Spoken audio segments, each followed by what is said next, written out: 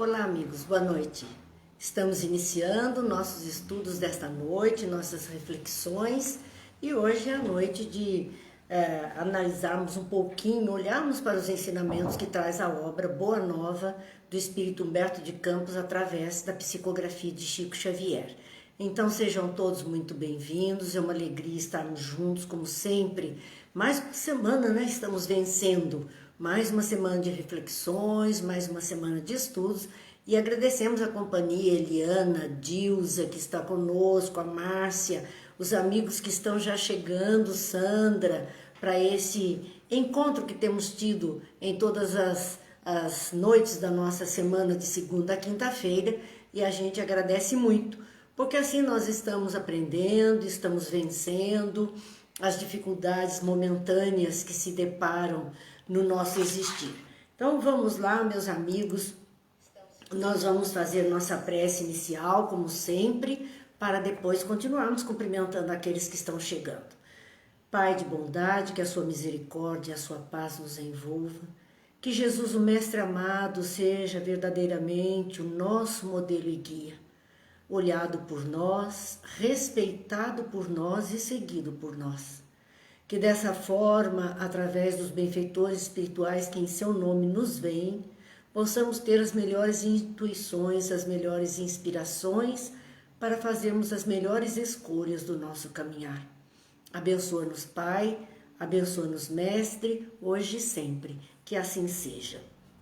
Então vamos lá, Ivete, Brígida, Jane, Célia, Terezinha, são os amigos que estão conosco nesse instante, Eliana, Laura, Terezinha, Mary, sejam todos bem-vindos, Márcia, Edith, são muitos amigos juntos participando deste encontro. E hoje nós estamos vendo aquele capítulo 30 da obra Boa Nova, de Humberto de Campos, onde o título do capítulo é Maria, Mãe de Jesus. Todo esse capítulo está lembrando a vida de Maria junto de Jesus, o que ela passou, o que ela viveu, como tudo transcorreu. Então, para nós é muito importante lembrarmos de Maria. E nós tínhamos visto até aquele instante em que Maria está aos pés do Calvário, cercada de outras mulheres, em que Jesus recomenda Maria a João, que ainda é jovem, João, depois conhecido como o Evangelista. Ele, muito jovenzinho, Jesus pede que ele cuide da mãe dele e entrega ela, né, em confiança, entrega Maria em confiança a João, para que ele dê a ela toda a assistência necessária. Assim, nós vimos que Maria também, ela vai, neste momento, após todo esse drama do Calvário, após a separação dos discípulos, porque ali cada um foi seguindo um rumo, cada um seguiu um trajeto, eles se dispersaram para lugares diferentes, e por conta disso, fazendo o seu trabalho de divulgação da Boa Nova, eles começavam ali o trabalho verdadeiro de levar o Evangelho a todos os lugares. Então estes homens se dividiram para levar a Boa Nova. E Maria retira-se para Betaneia, onde moravam parentes de José.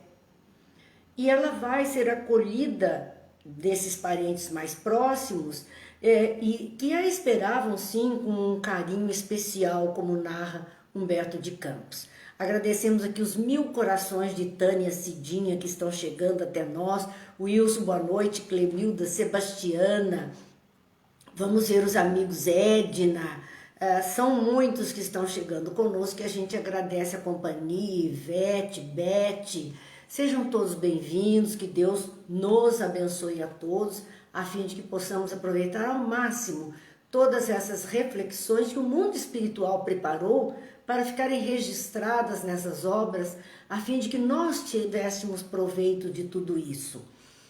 Então aqui nós vemos Maria dirigindo-se a Betaneia, a casa dos parentes por parte de José.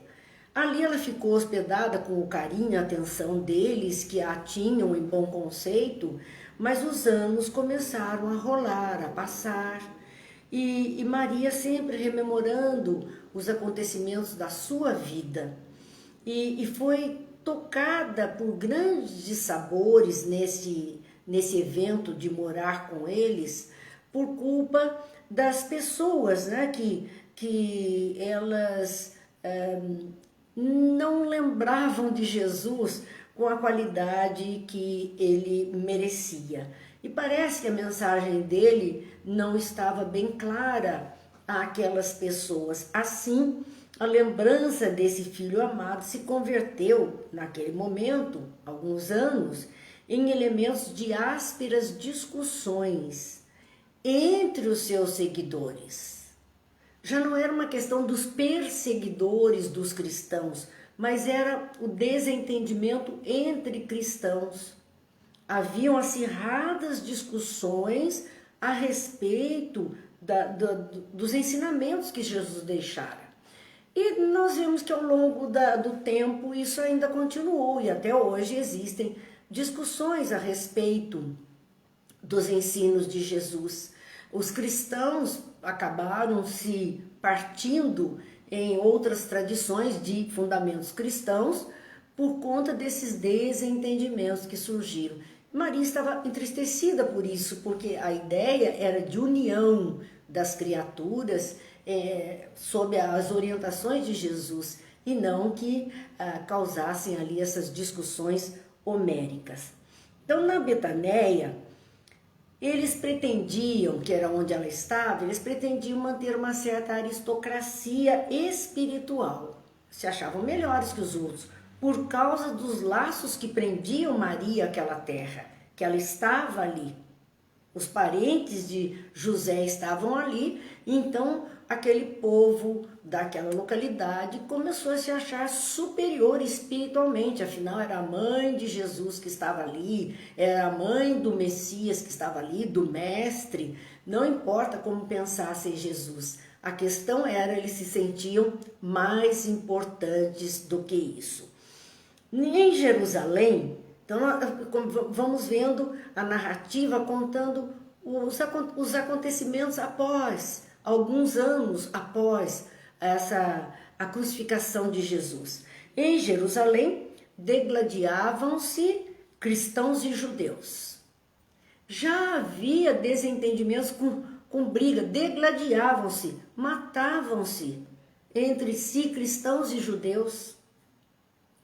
E as guerras religiosas vêm tendo lugar no mundo. A maioria das guerras, das dificuldades, dos desentendimentos no mundo, neste momento em que estamos já com uma dificuldade tão grande com relação à área da saúde, no mundo ainda temos essas guerras dentro dos quesitos religiosos, de desentendimentos das criaturas.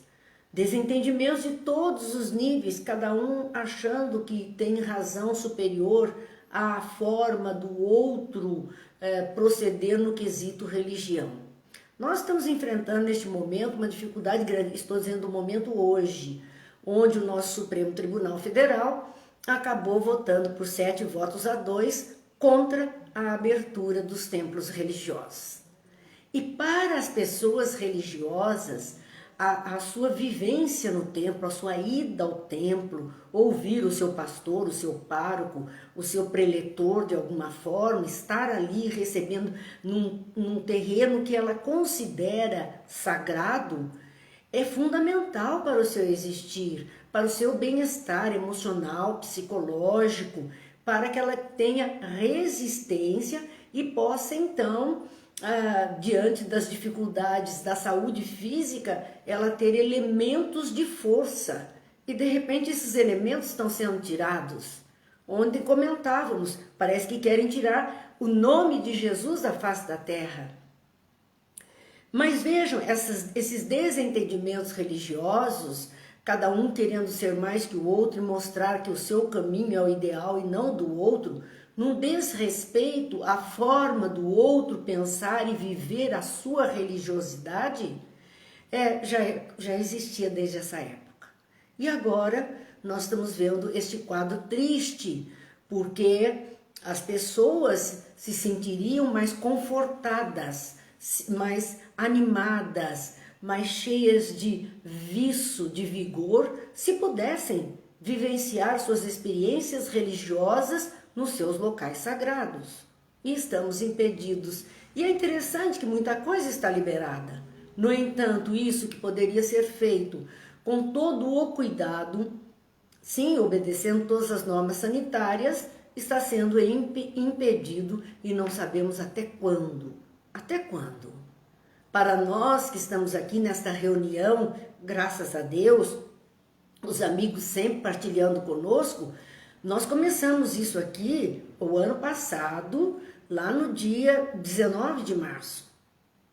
Veja que nós já estamos com mais de um ano. Se formos ao canal lá do YouTube, nós vamos ver que tem mais de 200 vídeos desses encontros lá no canal, à disposição. Mas, quer dizer, esses mais de 200 vídeos representam mais de 200 encontros presenciais que não pudemos fazer. Embora estamos aqui, graças a Deus, nos vendo de alguma forma, nos percebendo de alguma forma, recebendo as energias vibratórias dos amigos, que são esses milhões de corações que eu digo que sempre sobem, os positivos, as carinhas felizes, tudo isso está ajudando uma energia que o mundo espiritual está usando. Não estamos esquecidos da espiritualidade, mas dizer que não nos falta a presença física, estaríamos mentindo. Claro que estaríamos mais felizes se pudéssemos estar num ambiente com presença física. Enfim, vamos aguardar, né? Vamos aguardar, vamos ver as providências que virão a partir daí. É um terreno onde o povo se sente, o povo brasileiro é de uma expressão religiosa, seja ela qual for, mas ele tem esse aspecto. Vamos ver o que virá. Aguardemos, confiantes em Deus e confiantes que Jesus está ciente de tudo isso. E providências chegarão sim. O Gil está lembrando que em 64 igrejas mulheres movimentaram e conseguiram a intervenção militar. Foi a marcha para o progresso, né? Que as famílias, da família para o progresso. Isso tudo é bom. Sebastiana dizendo aqui, Marina, eu vejo você. Aquela expressão linda que nós dissemos, estava lá no filme do Avatar, onde não se diz eu amo, mas se diz simplesmente eu vejo você. Eu vejo você, eu noto, eu tenho atenção, você é importante para mim. Então são todas as expressões de amor numa única frase, eu vejo você. Isso é muito bom e isso fortalece a todos nós que possamos nos ver, sim, com alegria no coração. Então, seguindo, nós vemos que a situação dessas brigas já aconteciam lá em Jerusalém, poucos anos depois da crucificação de Jesus, e se degladiavam, então, brigavam judeus e cristãos, como ainda mantém muitas dificuldades religiosas no mundo. Na Galileia, Jesus era galileu, ele veio dessa região. Na Galileia, antigos cenáculos simples e amoráveis da natureza estavam vazios e tristes. Porque na Galileia, que era uma região muito simples, de pessoas que cuidavam do pastoreio, da plantação, então era uma vida mais rural, não tinham os templos, os cenáculos. Cenáculo seria o local de discursos, de estudos, como um templo. Não tinham. Então, o que Jesus usava na Galileia? Ele usava os templos da natureza, os bosques, os arvoredos, os montes, os campos. Era assim, tanto que tem o Sermão do Monte, que nós vamos ver, ele vai ao Horto das Oliveiras. Então, são regiões de beleza natural que serviam como templos a céu aberto para que Jesus pudesse reunir ali as pessoas interessadas na sua fala e que ele então orientava. E o que acontecia na Galileia? O movimento sumiu. Os templos, esses locais da natureza, que eram os locais, entre aspas, sagrados, porque ali se falava das leis de Deus, do amor de Deus, esses locais estavam vazios e tristes. Maria observava isso. As pessoas perderam a possibilidade de ir a esses locais, não compareciam a esses locais. A mãe amorosa, que era Maria, o tempo assinalava uma saudade maior no mundo e uma esperança cada vez mais elevada no céu. Maria tinha essa saudade imensa de Jesus, da presença dele. E é interessante que a gente vê que são anos depois. Muitas mães, muitas pessoas acham que o tempo vai acalmar essa saudade. Não, saudade é o amor que ficou. Então, o amor que ficou não morre. Portanto, aqueles que se vão, deixam em nós esse amor que ficou, que é a saudade. E por conta disso, Maria se sentia muito saudosa de Jesus. Ela era uma pessoa, como qualquer pessoa, uma mãe, como qualquer mãe, diante daquela partida do seu filho para a vida espiritual. Era assim que ela se sentia naquele momento, mas ao mesmo tempo dessa saudade intensa na vida terrena com ele, ela também tinha a esperança cada vez maior, mais elevada no céu. Ela tinha a esperança de reencontrá-lo nessa pátria espiritual, de se aproximar dele nessa pátria espiritual no dia que daqui partisse. Sua vida era de uma devoção incessante ao rosário da saudade, às lembranças mais queridas. Vejam que ela era realmente uma pessoa vinculada, extremamente vinculada a esse filho e extremamente saudosa da presença dele. Aqui nós continuamos a ver Maria, a vida de Maria, tudo que o passado feliz edificara em seu mundo interior, ela revivia na tela de suas lembranças. Ela lembrava tudo. Ela não perdia uma cena vivida com o filho. Ela rememorava todos os dias aquelas lembranças com minúcias somente conhecidas do seu coração. Coisas que só ela e ele viveram juntos como mãe e filho e que ninguém jamais poderia imaginar. Momentos de troca afetiva, deste eu vejo você. Ela o via e ele a via também. Ele podia vê-la nessa intensidade tão grande e este momento dessa conexão ela revivia e isso lhe alimentava a seiva da vida. Então muitas vezes as pessoas pensam assim, para que ficar lembrando? Já foi mesmo, bobagem, toca a vida para frente. Não, não é assim. Esses momentos bons vividos por nós, junto dos nossos entes queridos, são momentos para serem lembrados com todos os detalhes.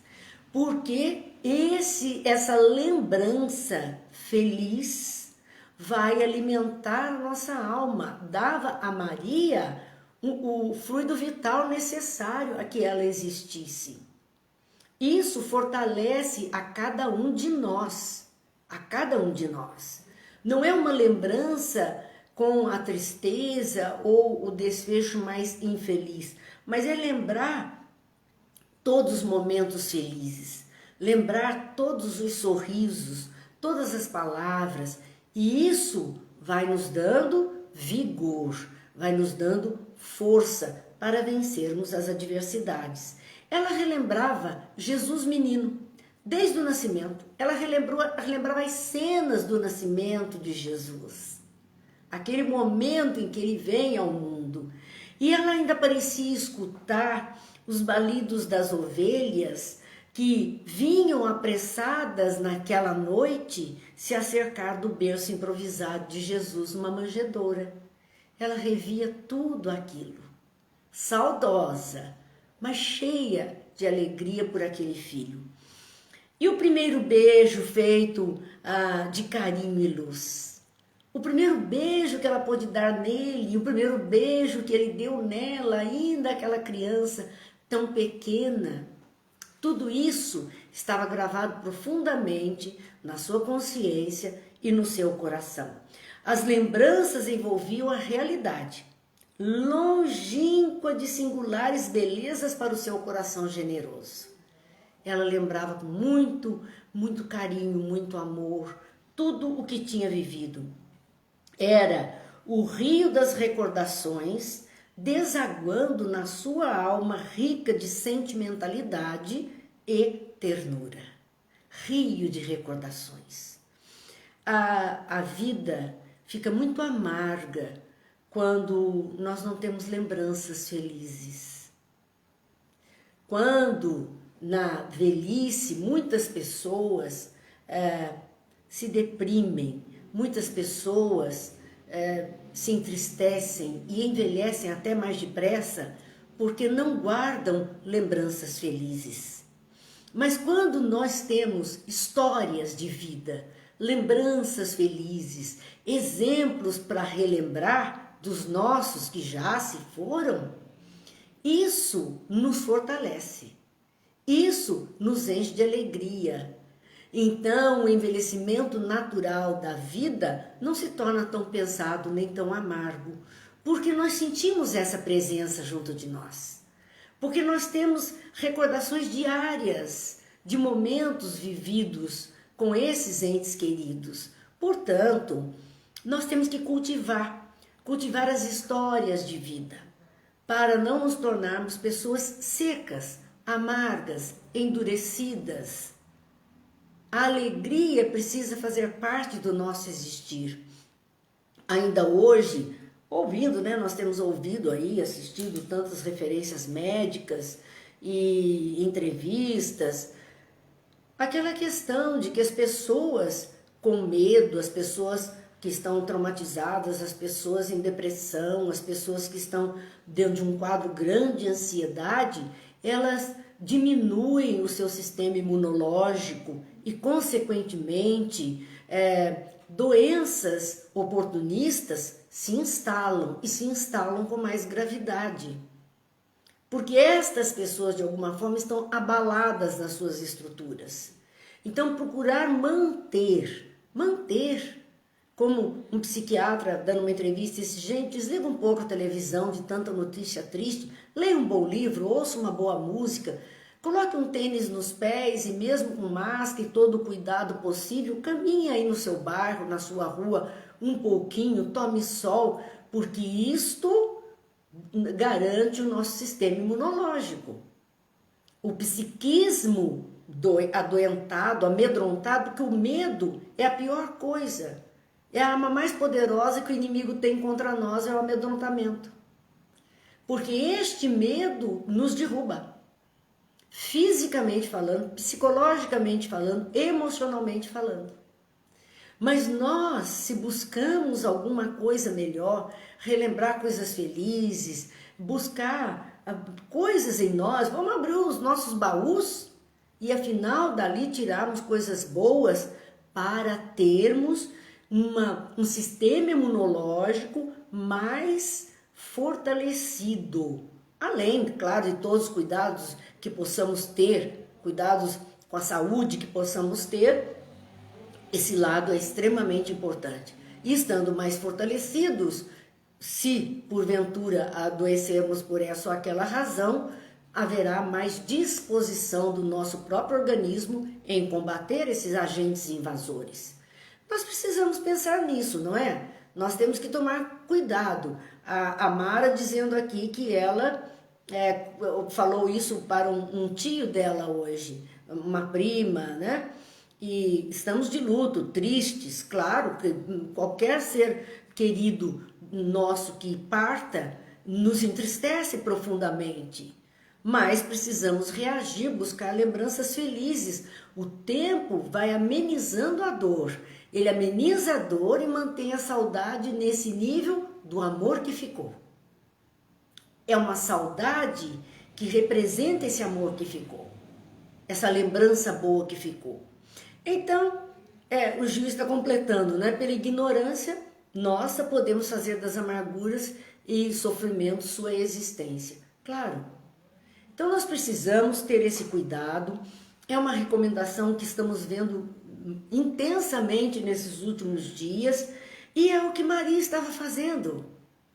Ela estava lembrando aquele nascimento de Jesus, as ovelhinhas que se aproximaram, parece que ela ainda ouvia o balido das ovelhas que se aproximaram daquele bercinho, a oportunidade do primeiro beijo, pegar aquela criança no colo, o primeiro beijo, as lembranças envolviam a realidade longínqua de singulares belezas para o seu coração generoso. Pintava-se um quadro mais bonito na alma de Maria. Era o rio das recordações desaguando na sua alma rica de sentimentalidade e ternura. Nazaré lhe voltava a imaginação. Ela era Maria de Nazaré. Jesus era chamado de Nazareno. Nazaré voltava à imaginação com suas paisagens de felicidade e luz. Então lembrava coisas boas. Vamos procurar isso, lembrar coisas boas, mergulhar o nosso psiquismo, né, nesses momentos mais felizes. A casa singela, a fonte amiga, olha o que ela estava lembrando de Nazaré, porque ela estava em Betaneia neste momento, era outra localidade, e ela estava lembrando lá de Nazaré, onde ela viveu, onde Jesus viveu a sua infância. A casa singela. Lembrar cada coisa. E nós podemos lembrar das casas da nossa infância, fosse a nossa própria casa, a casa dos avós, a casa dos padrinhos, a casa daqueles que costumávamos visitar, porque as visitas aconteciam nos finais de semana, ia tomar café na casa da comadre, e nós temos histórias para lembrar. Então, ela lembrava disso, da casa singela, a fonte amiga, lembram-se? Ela ia à fonte buscar água e levava Jesus junto com ela. E naquele momento, as crianças brincando, Jesus sempre tinha uma palavra boa para este ou aquele naquele caminho. Ela se lembrava exatamente destas vivências. A sinceridade das afeições, os amigos. Os amigos, muitas vezes, a vida nos separa, né? Cada um toma um rumo por questões profissionais, vida que muda, que segue caminhos diferentes, mas nem por isso deixamos de ser amigos. E lembrar os amigos e os momentos de alegria, de risos, de brincadeiras, isso faz um bem imenso. E ela lembrava dessa amizade sincera, a fonte, a sinceridade das afeições que ela tinha naquele local. O lago majestoso, onde se realizavam as pescas, muitas pessoas vivendo daquilo. Ela lembrava daquele quadro todo, que foi o cenário onde Jesus cresceu. O Filho adorado, ela lembrava, trabalhando e amando no erguimento da mais elevada concepção de Deus entre os homens na terra. Lembrou dele desde a infância ajudando, lembrou dele ainda um menino um pouco mais velho, mas acudindo os do caminho, lembrou dele jovem, já nas suas pregações, e ela estava ali sabendo da missão que ele tinha de levar uma elevada concepção de Deus, porque ele saía da concepção do Deus que era um Deus de justiça, um Deus de guerra, um Deus de temor, para um Deus que era amor, porque era Pai. Então, ele mudou a concepção de Deus na cabeça das pessoas. E todos os ensinamentos. Então, esse era o trabalho de Jesus, mudar esse quadro, transformá-lo para que o homem pudesse aproveitar mais. De vez em quando, parecia vê-lo em seus sonhos, repletos de esperança.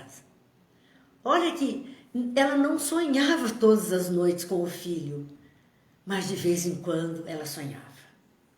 Sonhava com o filho, podia vê-lo em seus sonhos repletos de esperança. Jesus lhe prometia o júbilo de sua presença e participava na carícia de suas recordações. Então ela sentia aquela presença, aquele momento de felicidade quando ele dela se aproximava. João, à época, né, João tinha seguido como os outros apóstolos para iniciar as pregações da Boa Nova, e ela tinha ficado. Passaram-se alguns anos. João, tendo presentes a observação que o mestre lhe fizera na cruz, aquela recomendação: filho, eis aí tua mãe, mulher, eis aí teu filho. Ele entregou, ele confiou a mãe dele a João. João não esqueceu desta observação de Jesus para que ele cuidasse de Maria. Então ele surgiu em Betaneia. Depois desses anos iniciais, ele foi a Betaneia atrás de Maria, oferecendo àquele espírito saudoso de mãe o refúgio amoroso da sua proteção. Foi para estar com ela como o filho estaria com ela.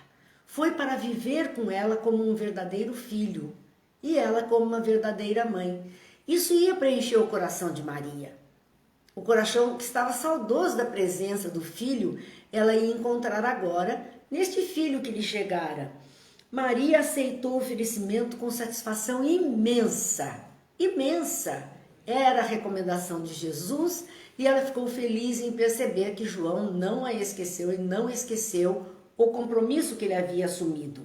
João lhe contou então, naquele momento, da sua nova vida. Falou de como ele estava vivendo. Ele se instalara em Éfeso. Éfeso é na Turquia, onde as ideias cristãs ganhavam terreno entre almas devotadas e sinceras.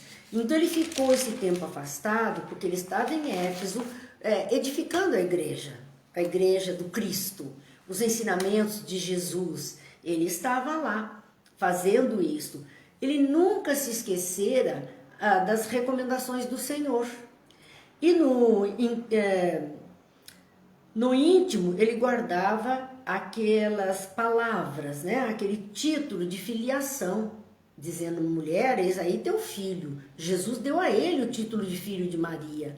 E ele guardou aquilo no íntimo da alma como das mais altas expressões do amor universal, porque Jesus estendeu a família biológica dele à família universal através de João, para com aquela que receber o mestre nos braços veneráveis e carinhosos. Então João jamais se esqueceu, ele não tinha podido voltar porque ele não tinha condição. Ele estava contando as peripécias da sua vida. Maria escutava, num misto de reconhecimento e ventura. Ela estava feliz. Ela estava ali ouvindo os relatos de João e extremamente feliz. João continuava então a lhe expor seus planos, o que ele pensava fazer, que vida pensava levar com Maria em sua companhia. Levá-la-ia consigo. Andariam na mesma associação de interesses espirituais. Então ele estava trabalhando na divulgação do Evangelho de Jesus, ele ia levar Maria com ele para que ela também ajudasse nessa divulgação dos ensinos de Jesus. Eles iriam participar das mesmas tarefas. Vejo que ele estava dando a ela também a oportunidade do trabalho na seara do Cristo. Seria seu filho desvelado, enquanto receberia de sua alma generosa a ternura maternal no trabalho dos evangelhos. Ele ia se colocar no papel de filho, ia cuidar dela, porque colocar-se como filho, à época, e o primogênito, aquele que cuida, era zelar, dar casa, dar alimento, proteger. Ele ia fazer tudo isso por Maria e contar com o amor maternal dela nos trabalhos do evangelho. Demorara a vir porque lhe faltava uma choupana onde pudessem abrigar-se. Por isso ele não tinha voltado, ele não tinha para onde levá-la. era aquela ideia de viajor ou viajante, que alguém hospedava aqui, o outro hospedava ali, passava uma noite ao relento, era assim a vida. Como ele poderia conduzir Maria junto dele nessas condições? Ora teria onde dormir e ora não teria onde dormir. Ora teria onde passar o dia num sol quente, ora não teria onde passar o dia. Então, primeiro ele foi arrumar um local para que eles pudessem viver juntos. E como ele arranjou essa choupana? Foi o seguinte: um dos membros da família real de Adiabene, convertido ao amor do Cristo, então era uma pessoa de posse, que era da família real, essa pessoa de posse lhe doar uma casinha pobre, uma casinha pequena, uma casinha simples, uma casinha pobre, ao sul de Éfeso, distando aproximadamente 3 léguas da cidade. Então era na periferia, não era no local, na cidade de Éfeso, mas era afastado de Éfeso 3 léguas. 3 léguas equivalem a mais ou menos 14 quilômetros. Seriam 14 quilômetros de distância até o centro da cidade. E era uma habitação simples e pobre, sobre uma elevação, um local mais alto, um promontório, de onde se avistava o mar. Então havia uma paisagem bonita que podiam ver dali, distante dos homens e no altar imponente da natureza, onde se reuniriam para cultivar a lembrança permanente de Jesus. Essas lembranças de Maria foram muito importantes, porque o Evangelho de Lucas, ele é todo baseado nas lembranças, porque Lucas não conviveu com Jesus. Ele chegou depois da crucificação. Então, o seu evangelho é um evangelho histórico, uma narrativa boa, porque ele foi colhendo informações, mas especialmente contém as maiores lembranças de Maria. Os relatos dela sobre Jesus, em sua maior parte, estão no Evangelho de Lucas. Então veja como essas lembranças são importantes, lembrarmos a família, lembrarmos a vida, relatarmos aqueles que vêm depois de nós sobre isso, para que não se perca. E foi isso que Maria, então, pôde produzir. João disse: olha, nós vamos viver nessa casinha. Ela fica mais ou menos 3 léguas distante de Éfeso, é uma região alta, é um promontório, de lá pode-se ver o mar, e ali nós vamos poder relembrar Jesus, trazer então permanentemente, porque era a casa deles.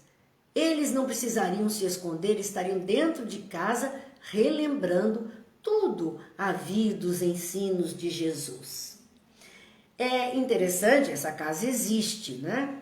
E ela está então no Monte Coressos, na Turquia, que é esse monte onde eles ficaram. Hoje é um lugar de peregrinação, de turismo, de entendimento. E é interessante que é chamado Meriam Ana, a casa de Maria, ou Meriam Ana Evi, que é a casa da mãe Maria. É conhecida assim no mundo cristão e no mundo muçulmano. Essa casa é respeitada até hoje pelos cristãos e muçulmanos, com essa qualificação.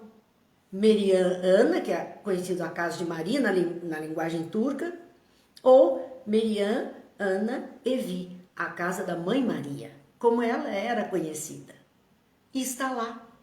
Contam, eu não tive oportunidade de ir a essa casa, mas os que já foram contam que a vibração desse ambiente é algo emocionante. Quando as pessoas entram nessa pequena casa de pedras que tem então no Monte Coressos, na Turquia.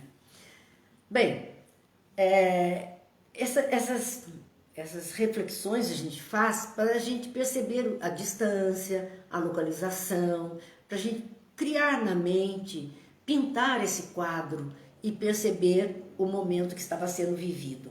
Então, estabeleceriam ali um pouso e refúgio dos desamparados. Então, eles já tinham ideia de fazer ali a Casa do Caminho, como ela é conhecida, ela está na estrada.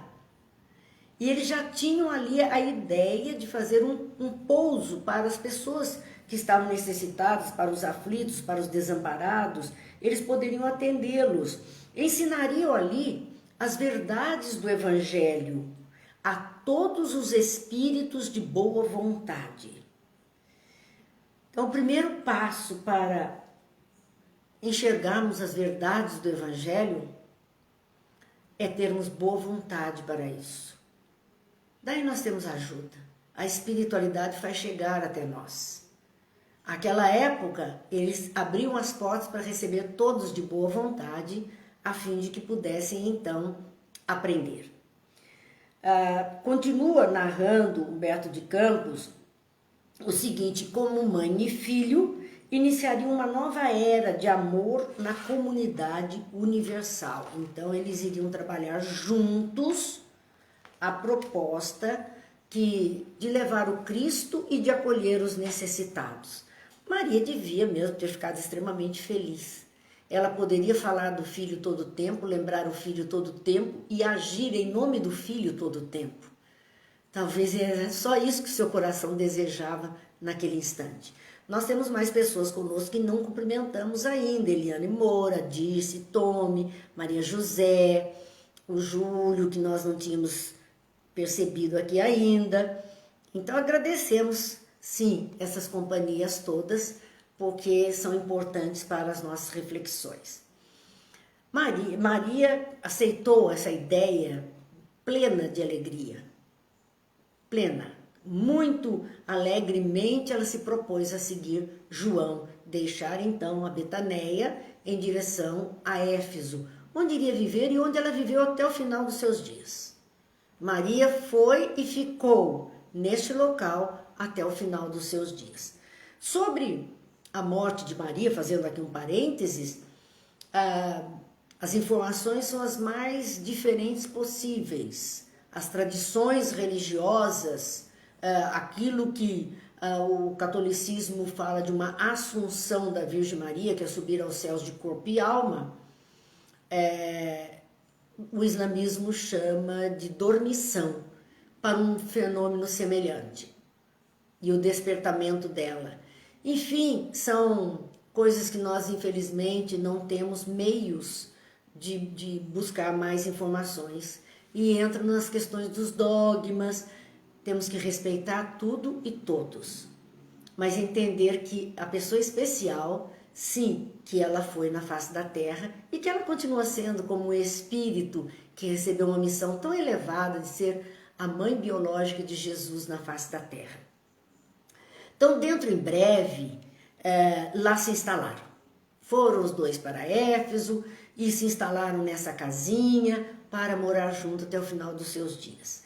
Éfeso ficava pouco distante, todas as adjacências, né? Ficava a 14 quilômetros da casa, aproximadamente. E em redor, nesse espaço entre a casa e a cidade, haviam vários povoados. Em redor da cidade foram surgindo vários pequenos povoados, novos núcleos de habitações alegres e modestas. Era o pessoal mais simples que morava ali na periferia.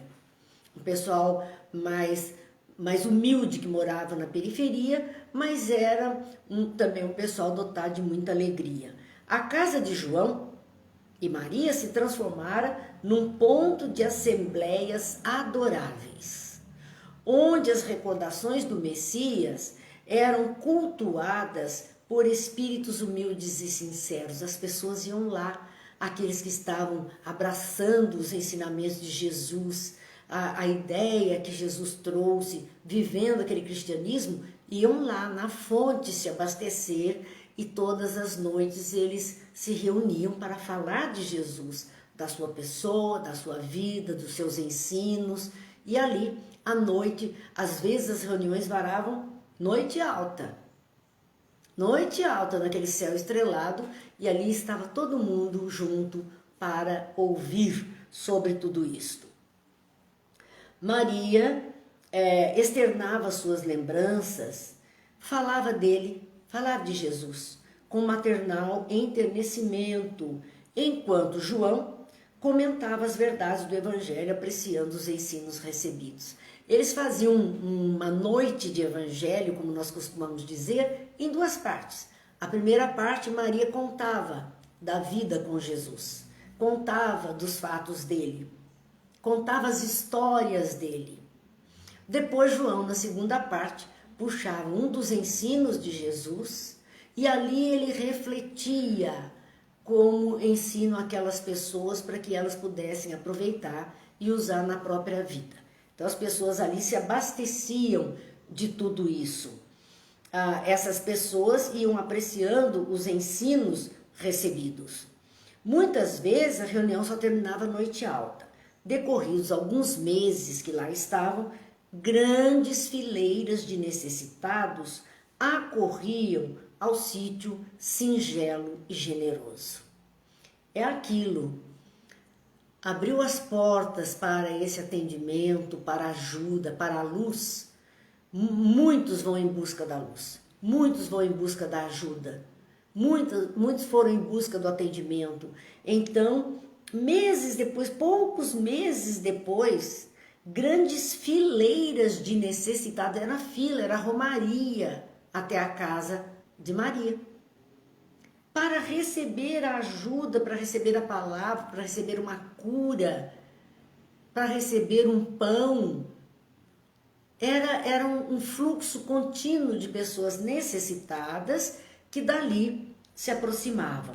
A notícia de Maria entre eles espalhara um clarão de esperança por todos os sofredores.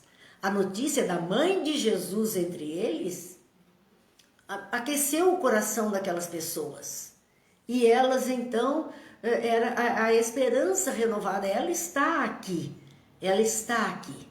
Era isso que alimentava aquelas almas, Maria entre eles. João pregava na cidade as verdades de Deus, porque as pregações eram públicas, né? pelas ruas, pelas praças, pelas vielas, pelos templos, mas eram pregações onde um se dispunha a falar, muitos se dispunham a ouvir. Então João fazia esse trabalho da pregação dessas verdades divinas na cidade de Éfeso. E ela atendia no pobre santuário doméstico. Ela ficava em casa. E ali ela atendia todos os necessitados que chegavam. Eles estavam fazendo duas frentes de trabalho do bem. Aos que a procuravam, exibindo-lhe suas úlceras e necessidades. Porque a época de Jesus, a época de Maria, havia uma doença comum, que era uma doença que muitos temiam, e até bem pouco tempo era uma doença verdadeiramente temida, que era a lepra, né? Hoje conhecida por nós como hanseníase. Mas, com o nome também de lepra, todas as doenças de pele entravam na mesma faixa. E essas pessoas portadoras de qualquer problema desse tipo eram excluídas da vida em sociedade. Tanto que Jesus, quando curou 10 leprosos, a recomendação dele foi que eles fossem ao templo e se apresentassem para que o nome deles fosse tirado do livro dos mortos. Havia um registro de vivos e de mortos. Então, uma pessoa que tinha essa doença, que à época era fatal, ela era excluída para não contaminar outras pessoas, aí era o grande isolamento mesmo dela. E o nome dela ia para o livro dos mortos, já morreu. Para a sociedade, ela não existia mais. Então, quando ele cura, ele pede que eles vão, se apresentem no templo para ter vida social, para mostrar que estavam curados e poder então retornar à vida social. Hoje, nós ainda temos no mundo a lepra ou a hanseníase. Claro que temos. Nós ainda temos a tuberculose, que também matou muita gente. Nós temos a hanseníase, que matou muita gente. Para essas doenças, não houve um meio de evitá-las. Elas estão no nosso meio até hoje. Porém, encontrou-se medicações para controlá-las, para deixá-las na inércia. E é disso que se fala hoje com relação ao coronavírus. Que não irá embora, ele ficará. Mas ele cairá também na mesma condição dessas doenças, onde medicações estão sendo buscadas para que ele fique inativo, para que ele não destrua mais vidas. E assim nós estamos convivendo com tudo isso. Então, quem pensa que isto vai desaparecer da face da terra, não vai. Será como essas doenças que existem até hoje, mas que hoje não se exclui mais da sociedade, porque vista a tempo com todo o tratamento que existe, elas são totalmente controláveis. E assim, todas as doenças que vão atingindo a humanidade com esse nível de dificuldade, de morte até em grande escala. Não é a primeira vez que o mundo passa por isso, mas a ciência humana, a capacidade da inteligência humana foi buscar a solução.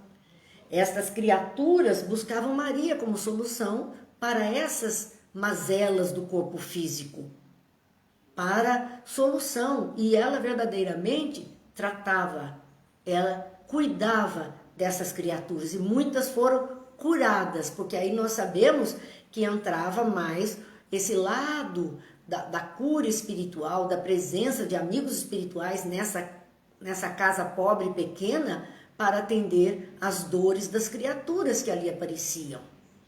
Então, diz aqui que João fazia o trabalho dele na cidade, da pregação, e ela no reduto doméstico atendia a todos que a procuravam, exibindo-lhe suas úlceras, que eram as feridas causadas pela lepra e outras doenças que a gente não tem noção, e suas necessidades, a fome, a solidão, o desespero, a velhice, a angústia, enfim, todas as necessidades, e as pessoas iam em busca de Maria para ajudá-la.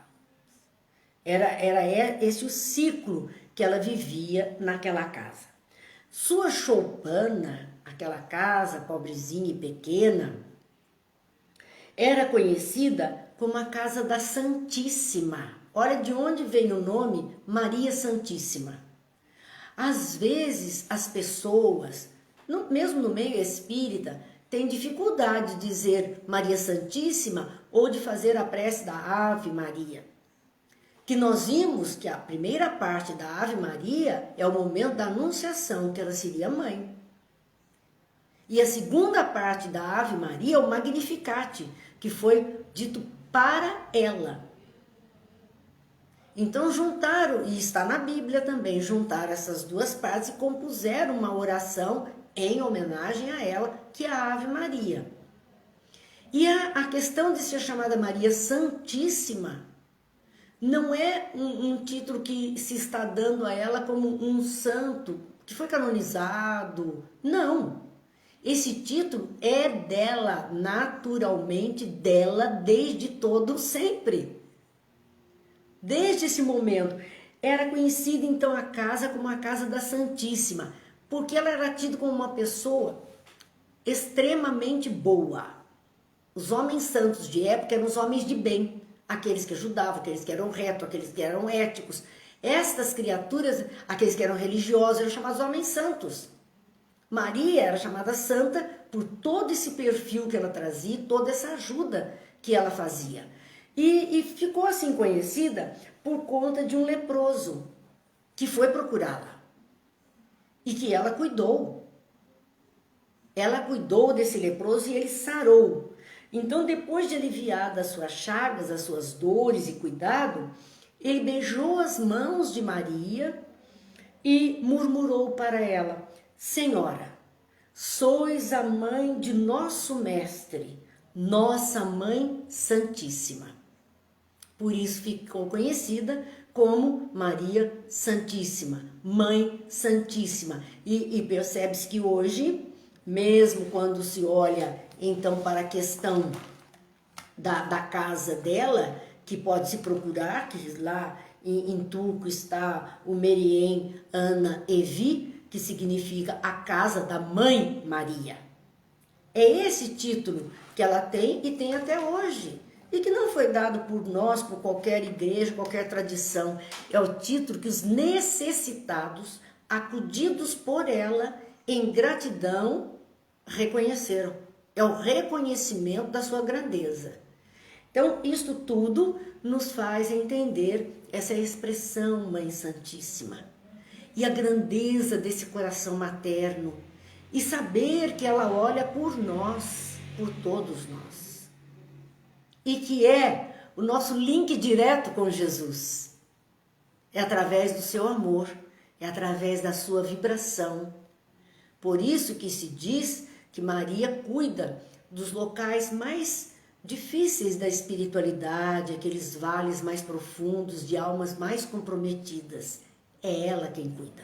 Com os seus seguidores, é ela que resgata, porque precisa esse coração materno grandioso para poder então realizar o melhor. Minha gente, nossa hora está chegando, não terminamos ainda de falar de Maria. Semana que vem, se Deus quiser, estaremos aqui ainda concluindo este capítulo que encerra a obra. E lembrando que após o encerramento desta obra, nós iniciaremos o nosso estudo do Evangelho segundo o Espiritismo. Porque, na quinta-feira nós estaremos fazendo a obra, nós deixamos para a terça-feira o Evangelho segundo o Espiritismo, após o Livro dos Médiuns, e na quinta-feira nós vamos trabalhar um pouco as reflexões de Joana de Ângeles na obra Vidas Vazias. Se Deus quiser, estaremos dando a continuidade a tudo isso. Agradecemos muito a companhia e, falando tanto de Maria, mais uma vez, para encerrar, aquela reflexão que está na obra Parnaso de Além Túmulo, que ontem nós trouxemos, a poesia inicial, é uma das poesias que está nesse livro, Parnaso de Além Túmulo, que tem título Ave Maria. Ave Maria, Senhora, do amor que ampara e redime, ai do mundo se não fora a vossa missão sublime. Cheia de graça e bondade é por vós que conhecemos a eterna revelação da vida em seus dons supremos. O Senhor sempre é convosco, mensageira da ternura, providência dos que choram nas sombras da desventura. Bendita sois vós, Rainha, estrela da humanidade, rosa mística da fé, lírio puro da humanidade. Entre as mulheres sois vós, a mãe das mães desvalidas, nossa porta de esperança e o anjo de nossas vidas. Bendito o fruto imortal de vossa missão de luz, desde a paz da manjedoura às dores além da cruz. Assim seja para sempre, ó divina soberana, refúgio dos que padecem nas dores da luta humana. Ave Maria, Senhora, do amor que ampara e redime, ai do mundo se não fora a vossa missão sublime. Que Jesus, o Filho de Maria, possa olhar por todos nós. Que Maria possa abençoar todos os lares terrenos, acudindo às necessidades, às aflições, às angústias, às solidões, os desesperos, levando a esperança, levando a fé. Que Maria possa, com seu manto sagrado, cobrir este mundo tão necessitado, iluminar as consciências dos governantes do planeta, para que eles possam verdadeiramente se humanizar e humanizados possam fazer escolhas mais felizes para todas as criaturas. Que Deus abençoe, que Jesus ilumine e, se Deus quiser, segunda-feira estaremos aqui. Deus abençoe e que Nossa Senhora, Mãe Santíssima, esteja conosco, nos protegendo e nos amparando hoje e sempre. Muita paz.